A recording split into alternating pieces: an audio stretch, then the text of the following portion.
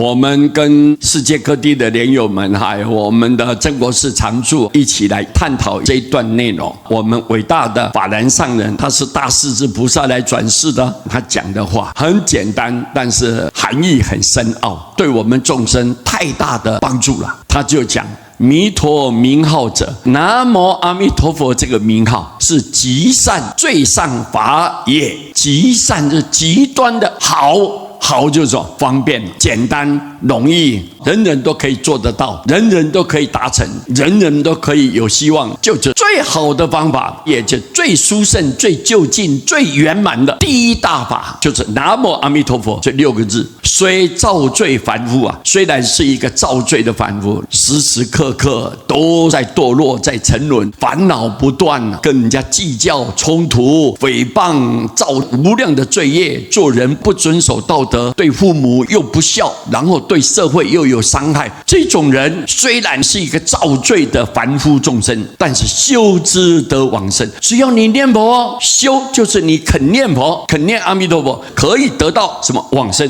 阿弥陀佛接引到极乐世界。罪恶这么深重的人，佛都不放弃你。他力然是行也，他力就完全仰仗阿弥陀佛的救度，信顺阿弥陀佛的救度，而且任凭阿弥陀佛的救度，是我们人没有办法去猜测、去了解的，难以想象。这种修行方法就是他力。虽寂伏底下，我们已经被所有外在影响到了，都束缚住了。虽然我们是这样子的凡夫众生，但是我们只要相信义来也，只要你相信我一念佛，佛要救度我，我愿意相信，不会改变。那么时候一到，跟这个娑婆世界的缘尽了，阿弥陀佛一定事先就来接引你的，然后顺顺利利、圆圆满满到极乐世界。这一段的内容很简单，但是对我们众生太大的帮助。今天用这一章来跟各位大家分享。阿弥陀佛。